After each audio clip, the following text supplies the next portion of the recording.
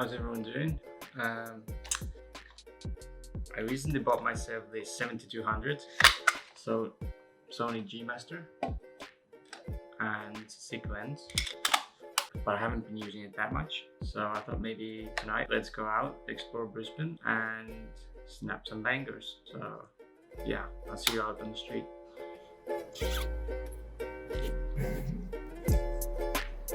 Okay, so we have the 7200 on it now. Oh, it's way too dark. Stay there. Don't move. Turn to the side. Yeah. Where did the chicken go? Please do not feed the ducks. But these ain't ducks. What the hell? Okay, stay there. Turn to the side, please.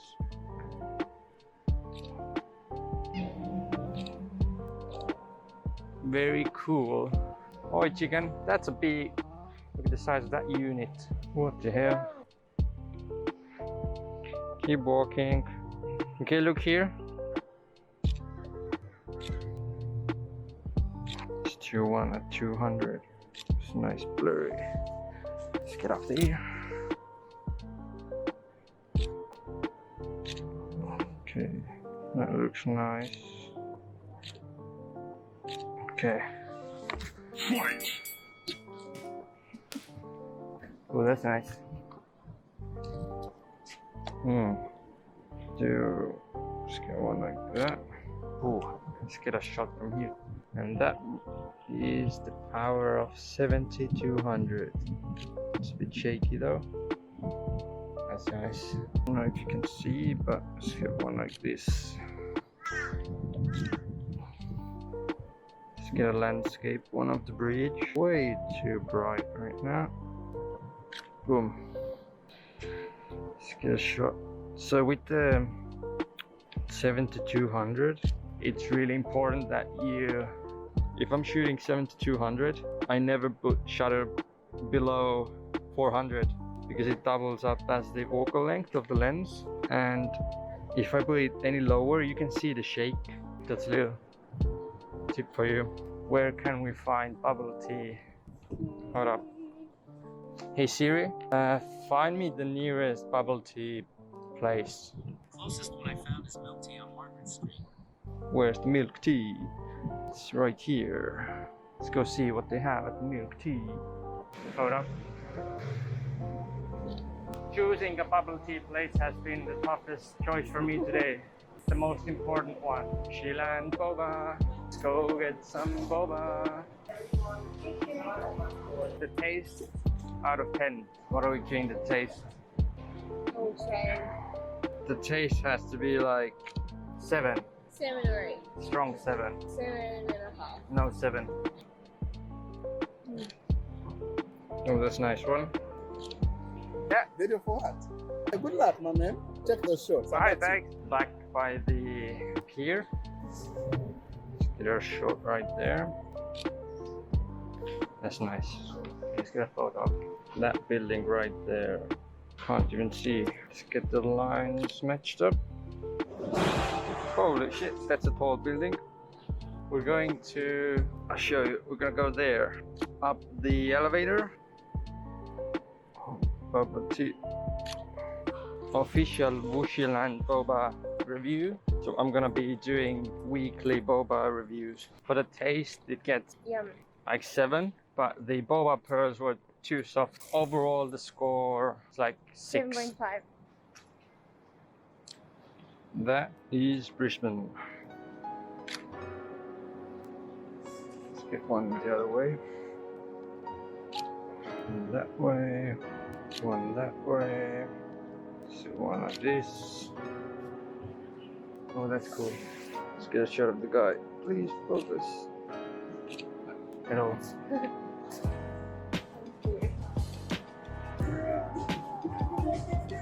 Australia, we need to get some more garbage bins. Yeah, there's not enough garbage bins. So if Scott Morrison is watching this vlog, Yeah. I mean POV video, Hi, Scott. listen up Scott, get some more garbage bins. They're taking the lift. Yes, obviously. If there's a lift and you're taking stairs, then you're literally shitting on the evolution of human beings. That's the power of force. Let's go check the left side first. Just go here. Well, that is a pretty nice view. Yes, yeah, we could go there. Oh yeah, that way, yeah, we're going there, obviously. Let's see. It's a nice one. Or like the sun flare. Let's do a couple like that. Then let's do one like that. Can't see anything. Like this.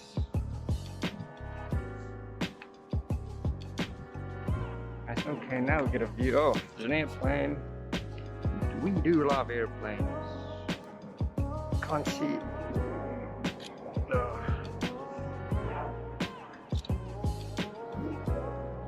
Let's get a shot just like that. Oh, that's very nice.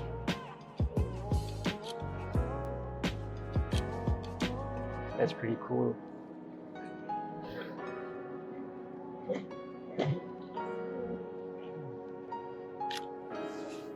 What are you doing here? Go stand there.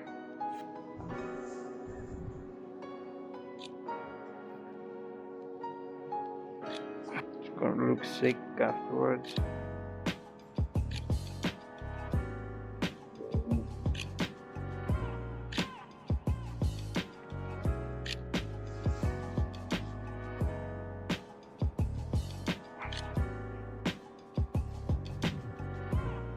For example, put that right there.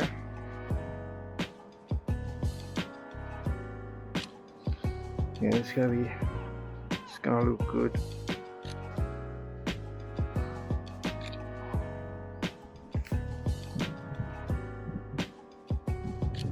That's nice. Oh, it's gonna be good.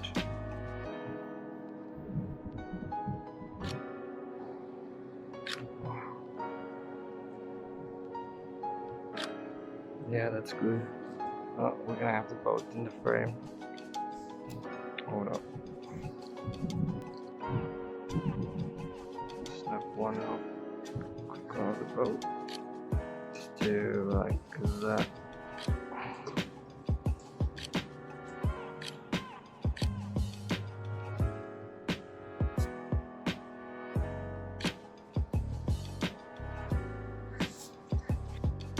Just right there. Yep.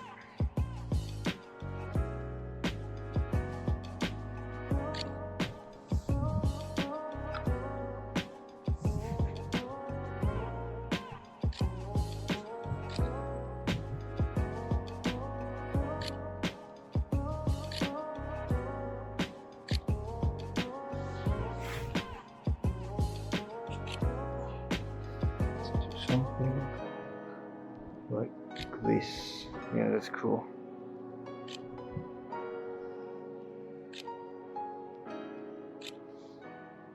Yeah, that's cool. Very nice. Okay, swappy swap. Okay, so.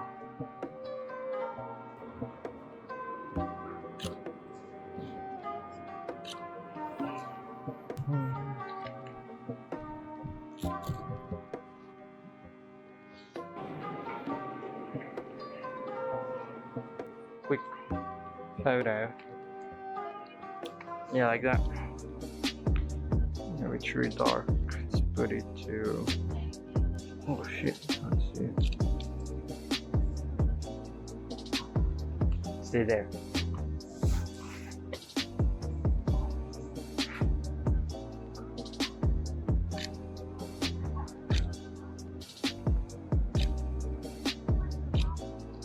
might look like it's dark, but it's not dark. Grab some night shots.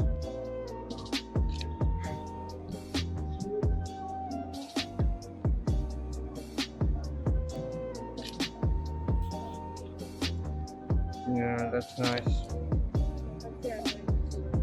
It's the next day, we're back inside. Let's get to editing.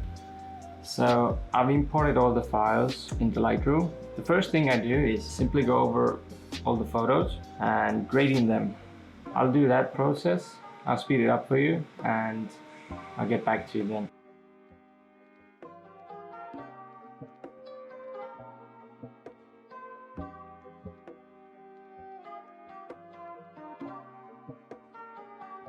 So we got everything graded and we're ready to edit. We're in develop now. The first thing I do is I get the line straight, so straighten the photo. I use the auto pretty much all the time. You can only use the auto when the program can see straight lines. So the next thing we're gonna do, actually, I'm gonna get the aspect ratio of Instagram 4:5. So the next thing we're gonna do is we're gonna mess around with the basic settings, mess around with highlights, see what they do.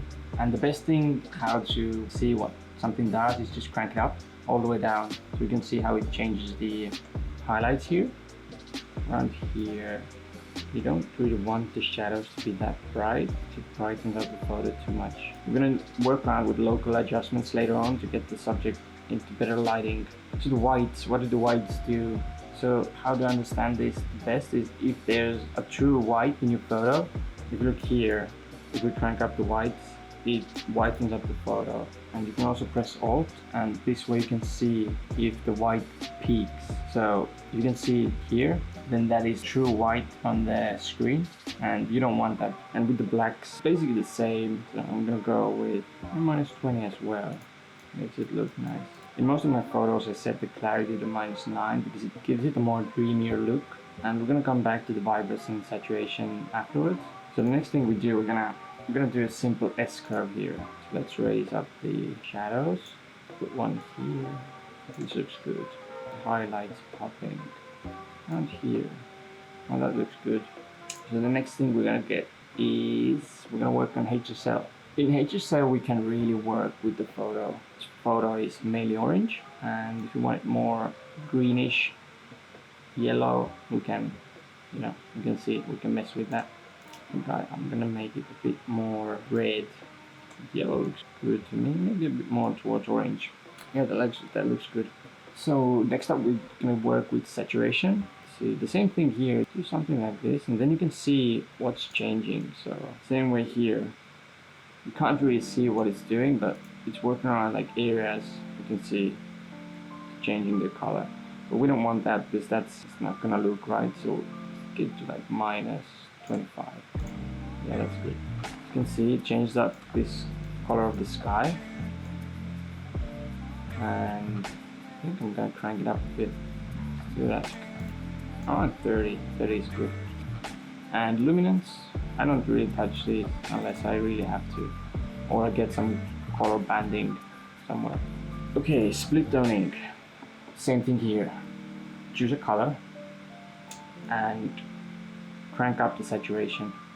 Let's say just put it to 30 something, and then just see what matches with the photo. Right now we're working with the highlights. So if you want your photo, I don't know, looking more colorful, that's what I'm gonna be doing right now. Around here is fine. And then we slightly increase it. And 3 is good. Same with the shadows.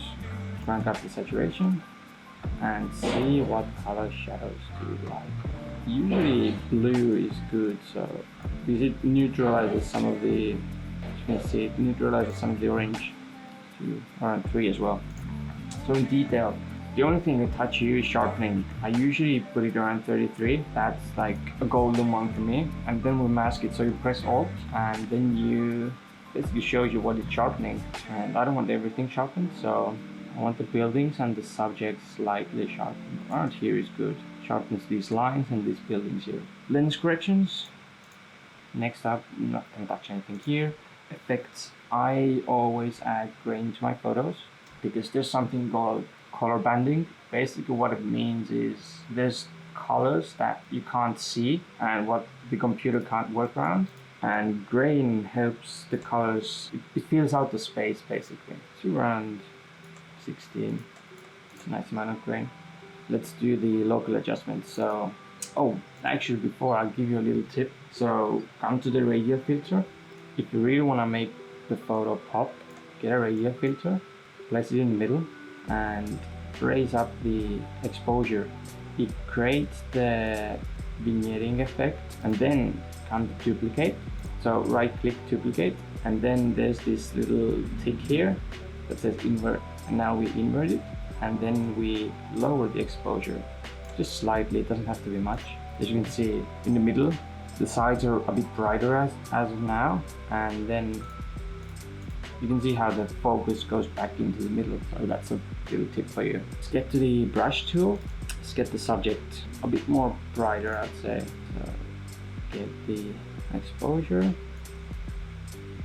and then the same thing, just work around. And always, if you use local adjustments and let's say you brighten up the area, always add a bit of contrast to it, otherwise it looks out of place.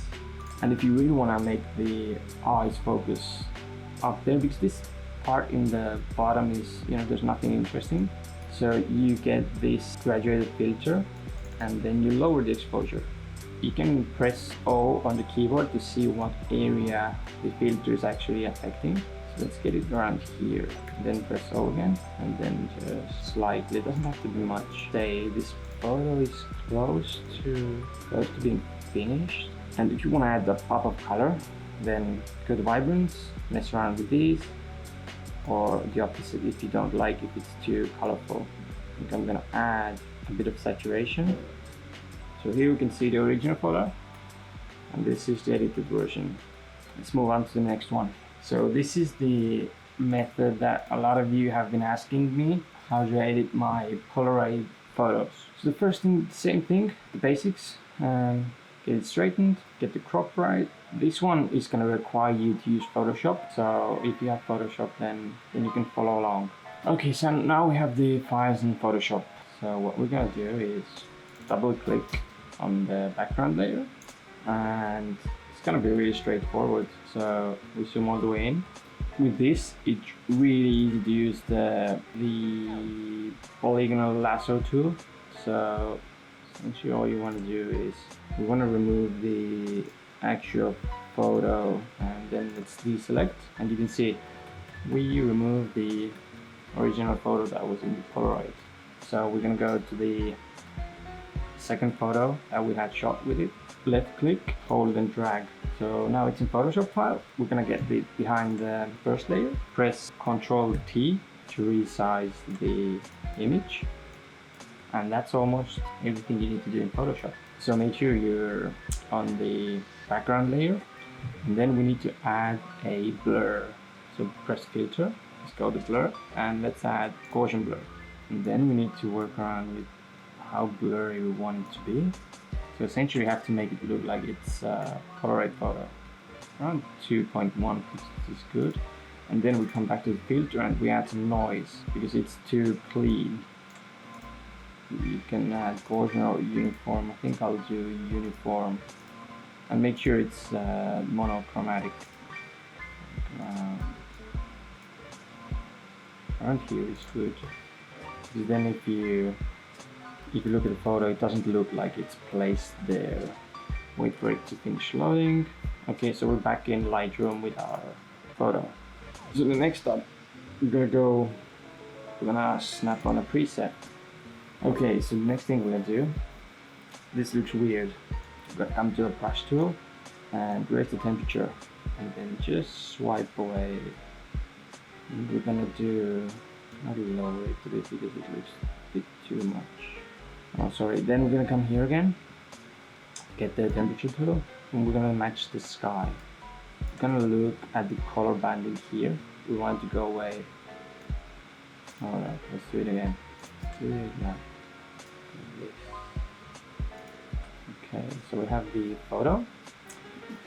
So let's go to the HSL and get some of the blues back into the color, some aquas, and then we're gonna get some grain, because grain is your friend. It helps to tie up the colors. There's one thing that's not natural. It's these lines are too, well, the photo is overall too bright, so it's good at exposure. And let's lower the exposure of the photo. Looks better. So the next thing I'm gonna do, same thing, get the gradual filter like I did last time. Exposure up, duplicate, invert, exposure down. And here there's too much empty space, so the same thing, get the gradual filter, lower the exposure, done. So okay, I'm gonna squeeze in one more photo. So this is a bit towards night style. So the first thing, the same thing I do, get the Instagram crop, straighten the photo, and then get the composition right. And then I'm gonna go with one of the presets. We are going, because the photo is quite dark, so we're gonna raise the exposure quite a bit here. I'm gonna go to the HSL, and as you can see on the original photo, it's neon green. Here it's kind of wacky looking. We're gonna get that back towards neon. Let's get the highlights. Load the highlights. You can see it's looking good now. So that photo is almost done. The only thing we're gonna do, same thing I do to all my photos. Get the radial filter and the same steps. Rise the exposure, duplicate, get the exposure back, invert, and lower the exposure. So here it is. Yeah, that looks good to me.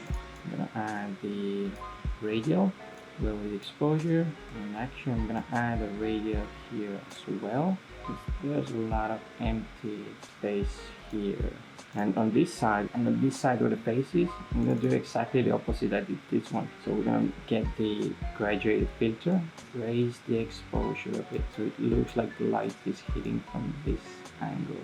And I don't like how it brightened up this area, so while we're in the graduated filter, get the brush tool, press O so you can see what the filter is affecting. Get the brush size, press Alt, and then I'm just gonna delete that area. That's looking good to me. If you'd like to see more of these editing tutorials, then please do let me know down in the comment section. And don't forget to subscribe, like the video, and go check out my Instagram profile where you can see what I'm up to. I'll put the link down. It's gonna be here, it's gonna be here, it's gonna be here. Okay, I'll see you in the next one.